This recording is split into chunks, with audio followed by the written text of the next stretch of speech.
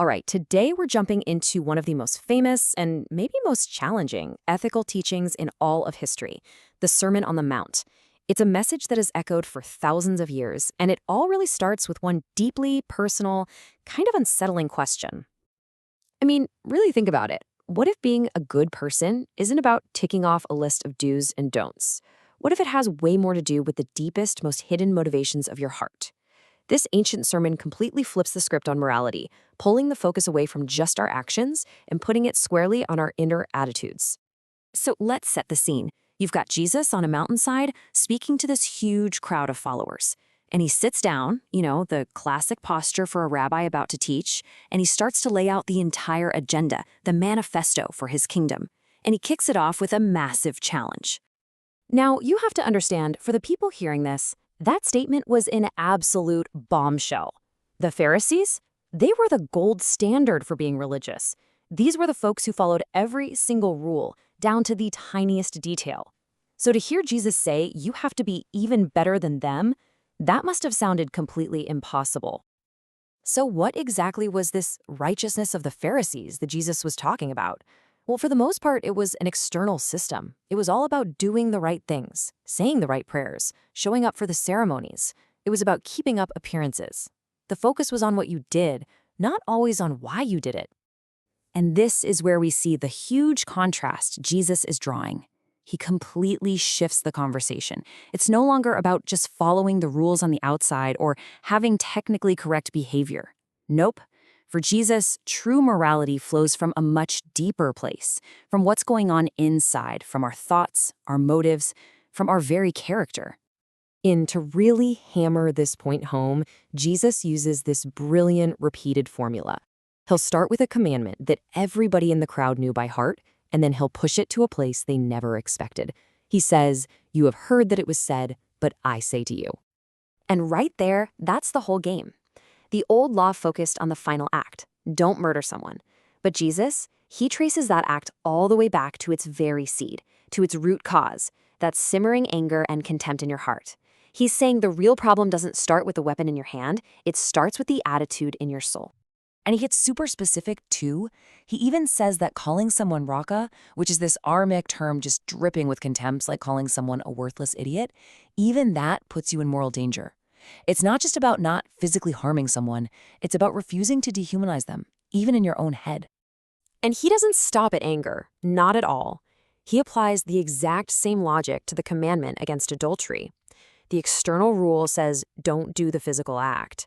Jesus says the moral breakdown started way earlier with the look that reduces a person to nothing more than an object for your own desire. Once again, it's an ethic for the heart. So let's see how this all builds into a totally new way of responding to people. If your inner state is what really matters, then how are you supposed to react when someone insults you or wrongs you?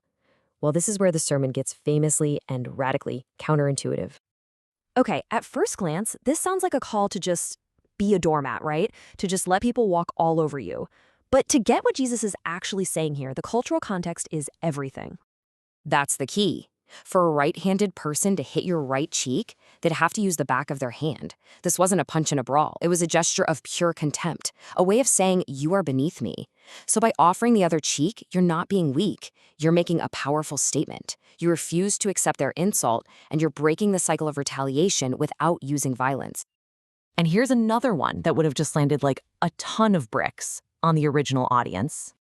So imagine this. This law was a constant, daily, humiliating reminder that you were under the thumb of the Roman Empire. So what Jesus suggests is incredible. By choosing to go a second mile, you completely flip the power dynamic. You take an act of forced oppression and you transform it into a shocking, voluntary act of service. You seize the moral high ground. So, okay, this is a powerful ethic from 2,000 years ago. But why does it still feel so relevant? Why does this intense focus on our inner world resonate so strongly with how we talk about conflict, empathy, and communication today? It's really fascinating when you think about it. This ancient call to look inward, to really examine our own anger, our judgments, our contempt, it lines up so well with modern psychological ideas, things like nonviolent communication, that are all about healing relationships and resolving conflict. And when you put them side by side, the parallels are just Wow. The command to reconcile with someone before you go to worship, that's a radical call to prioritize human connection over just being right.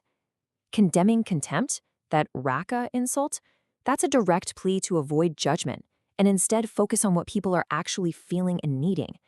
And the call to love your enemies, well, that's the ultimate challenge to extend empathy even to people you can't stand.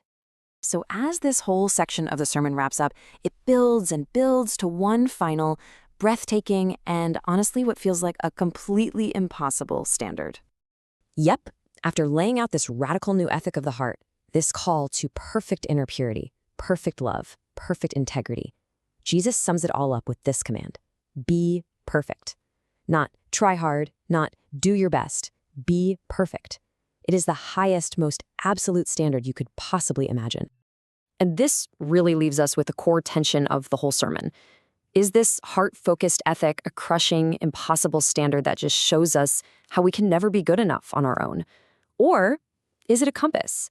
Something that points us in the true direction of a moral life, a life that starts not with what we do, but deep down in our hearts. That's definitely something worth thinking about.